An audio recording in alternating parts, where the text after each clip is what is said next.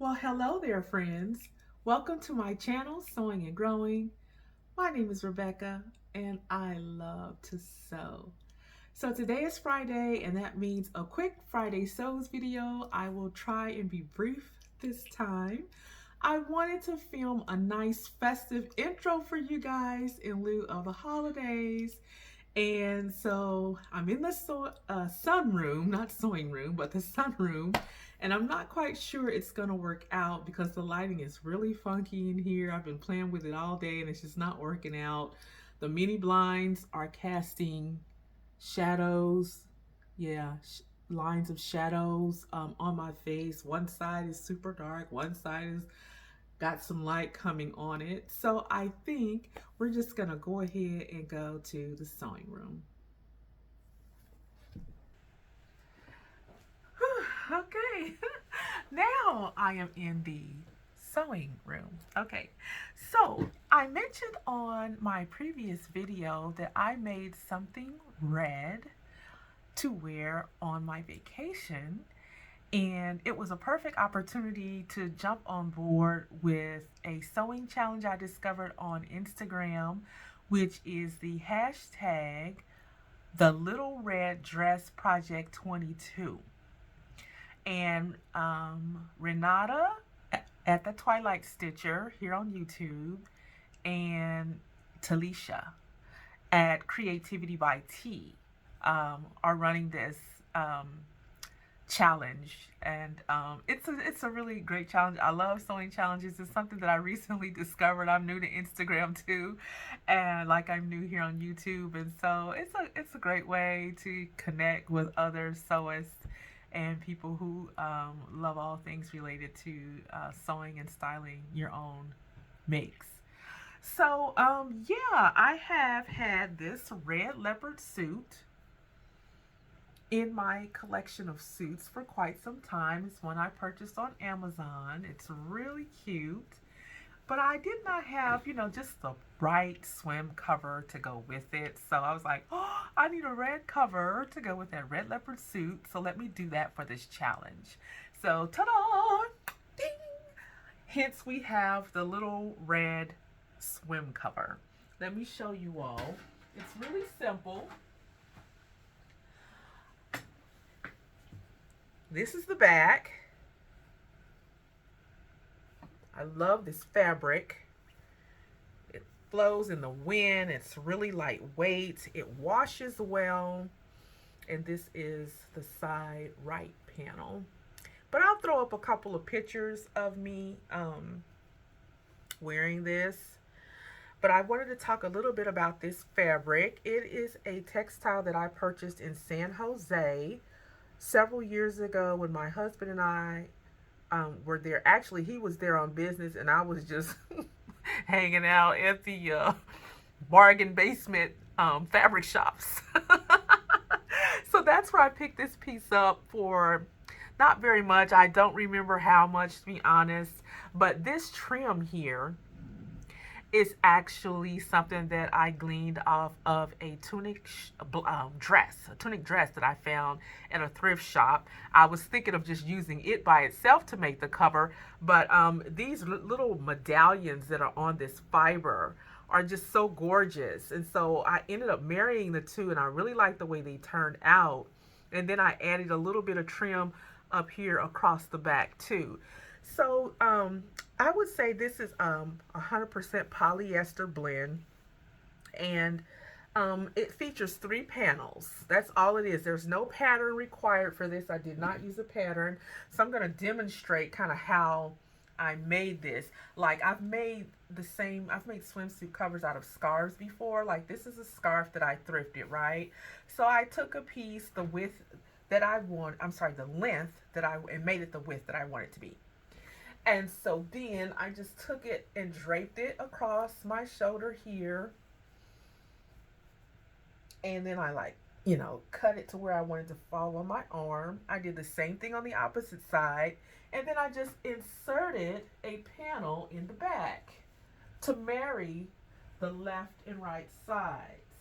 I hope that makes sense. I know it's not a full view that I'm giving you, but just to kind of give you an idea of how quickly you can make a gorgeous swimsuit cover out of scarves or panels. And I am, ladies and gentlemen, I'm going to do a tutorial on this early in the spring. So that'll be maybe a really fun sew along that we could do together. It'll be a really quick make, and I think you'll get a lot of satisfaction out of it. So here are a couple of pictures if I didn't already throw them up.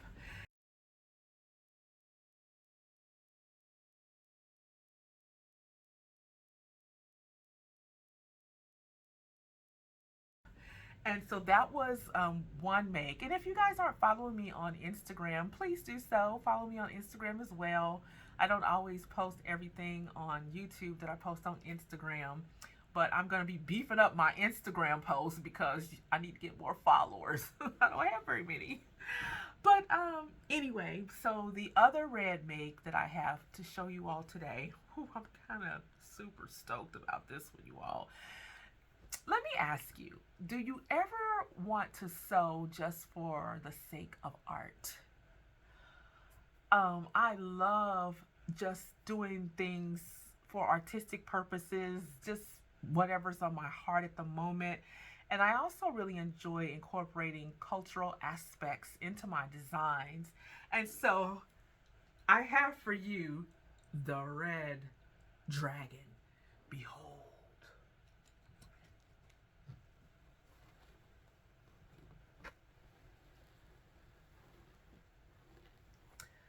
So this jacket is made from, let me show you, maybe you can figure it out, what the two main fibers are. It's fully lined. Okay, I'm sure you recognize this as a brocade. There was a time, you all, when I had a real big fantasy, like an insatiable desire for textiles with Asian themed prints on them. And I'll throw up a full model of me in this jacket in a few minutes. But yeah, that was during that time when I bought this fabric, when I was having that obsession, kind of like I'm having with quilted pillowcases right now. But anyway, this is just a red brocade. I'm pretty sure I picked this up at Joann's or Hancock's Fabrics, for those of you who are familiar with Hancock's. And then the base, girl, I love making outerwear out of upholstery fabrics. And that's exactly what that is. That is a red upholstery fabric. And I think I had a part-time job years ago at a fabric store. And I think this is when one of those times somebody was buying this to reupholster their sofa, and it was a remnant. And I was like, And so, hence, there's the red dragon. I just use, oh gosh, a simple pattern, a simple cut off bolero style pattern that I have in my stash, and I added the panels on the bottom, the vented panels. The jacket did not call for that. You know, I always change my patterns around, so that's what I did. And then I had these little doodads. I can't remember. I'm doing real bad today, but I can't remember what these little what they're called, man. But anyway, I had I think I thrifted those. There was like a bag full of little sewing notions, snaps, and things. Was that part of a snap? Oh well, don't remember. But I just thought they looked really cute on the jacket.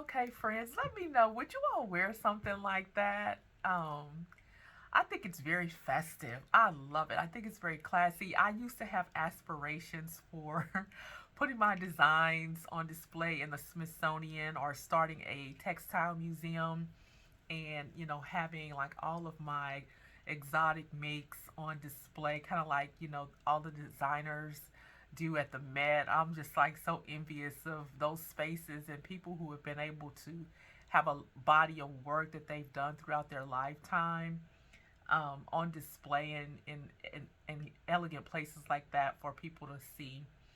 But what are you guys making for Christmas? Is everyone still trying to hurry up and finish those Christmas gifts? I hope that if you're still working on those, that it is bringing you pleasure to make those for your loved ones. And I would love to know what you guys are making for gifts because honestly, I didn't do any gift making in the area of sewing this year. I just decided that it was just too much stress for me and I just wanted to like focus on other things. I want to cook. In fact, I'm about to go upstairs and make some collard greens, y'all, for real. And I want to bake. So I didn't do a lot of sewing for gifts. But I have decided I do want to sew for 2023 Christmas, for sure. And I want to make some things that are really, really special. So let me know what you guys are working on. Share some of your ideas with me so I can start getting ready. I think I want to do like a Christmas in July video where we actually get a head start. Hello on our Christmas presents together. And maybe we'll do that together. So let me know what you guys think, you want to work on. So I'm excited about it. Oh, is that mistletoe? Oh, Merry Christmas from our house to yours. Peace and blessings.